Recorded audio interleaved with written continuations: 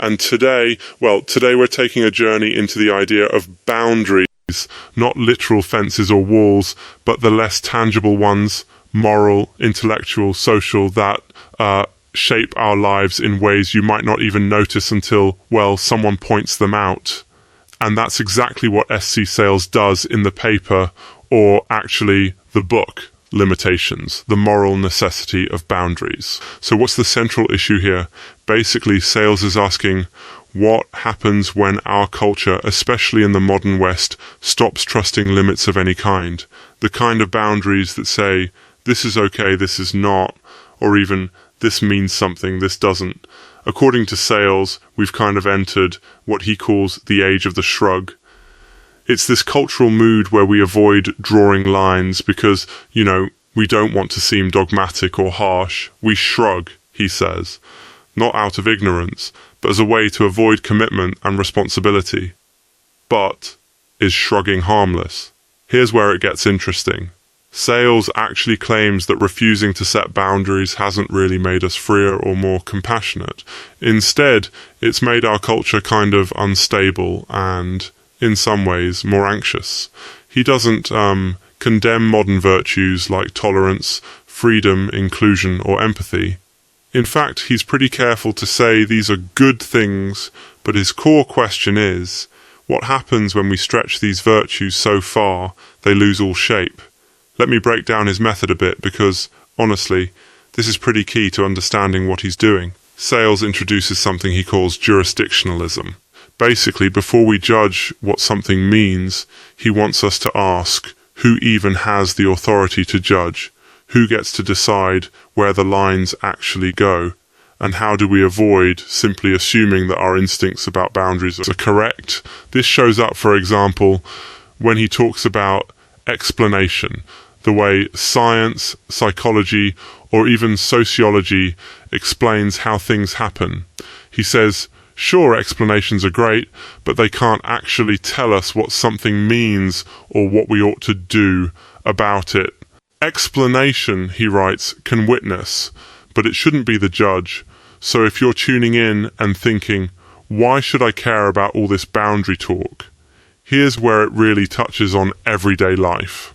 Sales goes through 9 ideals: explanation, neutrality, relativism, tolerance, freedom, inclusion, equality, empathy, and harm. He claims that in each case, taking a good thing and making it absolute, like always being neutral, or never saying anyone's wrong, or always believing harm has occurred, ends up making those ideals brittle, fragile, and sometimes even unintentionally unfair. There's this especially memorable point about neutrality. People often think staying neutral is safe, it's humble, maybe even like the high road. Sales flips that on its head. Neutrality, he claims, is never neutral. When people in positions of power, teachers, managers, whatever, refuse to judge, their so-called neutrality just preserves things as they are.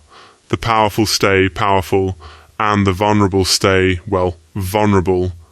The non-choice, as he calls it, ends up being a choice with real consequences. And he argues too that virtues like tolerance and freedom can, if left unbounded, backfire. Tolerance, for example, can end up protecting behavior that actually harms others. Inclusion, when it's about including everything, with no limits, can make a group so unfocused that true belonging, actual meaningful connection, becomes impossible. He's saying, look, boundaries are not about being mean or exclusive. They're the very conditions that make it possible to live together with clarity and compassion. Are there risks with empathy? Well, Sales warns that making empathy, or just feeling for others, the central authority in moral life, leads to decisions based entirely on emotion. Empathy is partial. It can't always help us navigate competing claims or keep justice steady when big emotions flare up. And about harm. If every disagreement becomes harm, debate collapses and law and reason are replaced by sentiment. His conclusion isn't a checklist or quick fix. It's a call to recover responsibility. We don't need to go back to dogma, he says. we need to see and accept the boundaries that allow real moral agency, real community to exist. So what does this mean for you where you live, work, make choices?